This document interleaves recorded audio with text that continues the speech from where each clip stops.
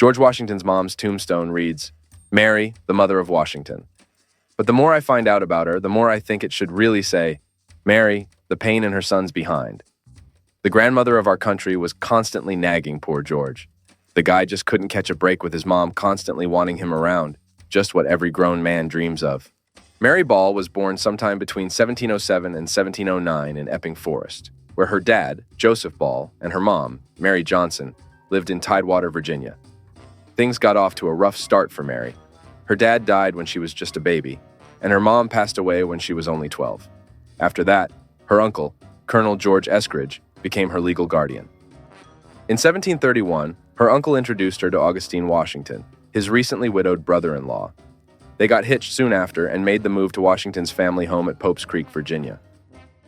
George Washington, their first child, was born on February 22, 1732, and was likely named after Mary's uncle and surrogate father. Stories about George when he was young suggest that his mom was pretty overprotective. For example, she wouldn't let him join the Royal Navy because her brother told her it was a tough and not very lucrative job. Honestly, considering how wealthy the Washington family was with land and slaves, George could have just chilled and had an easy life. So, Washington listened to his mom and became a land surveyor instead of going to sea. Time showed, however, that she may have been jealous of her son's success because it kept him and his money away from home. During the American Revolution, Mrs. Washington ridiculed her son's accomplishments, leading some people to think she might actually be a closet royalist. Despite Washington being very generous to her and ensuring she lived comfortably, she always wanted more money and complained to anyone who would listen about being financially neglected. He even went above and beyond by buying her land and houses. She had a passion for gardening, so every home she lived in had a garden filled with her special prayer rocks. But no matter what, she never seemed to be fully content. She seemed to psychopathically enjoy embarrassing and shaming him in front of others. In 1781, Washington received a letter from Benjamin Harrison, who was the Speaker of the Virginia House of Delegates at the time, informing him that the House had convened because Mary Washington was claiming she was broke, prompting the state to give her some financial aid. The great Revolutionary commander was mortified and was forced to make a painful public statement defending his treatment of his mother. His statement in modern English basically says, I gave my mom money when I was in Virginia, and even told my steward to do the same after I left. I have no idea why she's facing financial struggles because she never told me about it. I'm sure my siblings would help out too if they knew.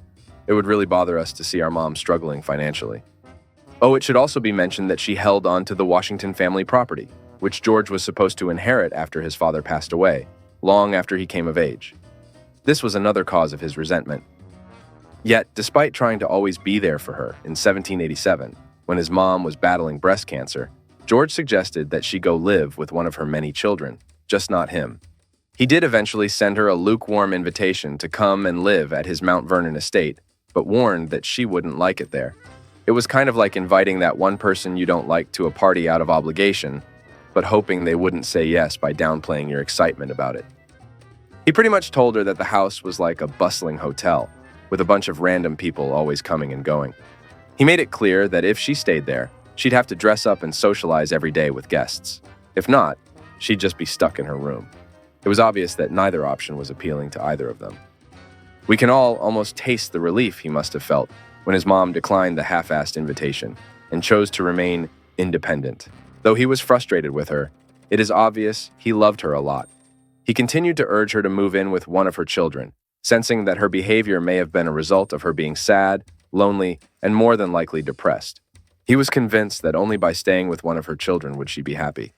I wonder if the tensions between them came about because George Washington resembled her so much, not just because of genetics, but also because of how she raised him.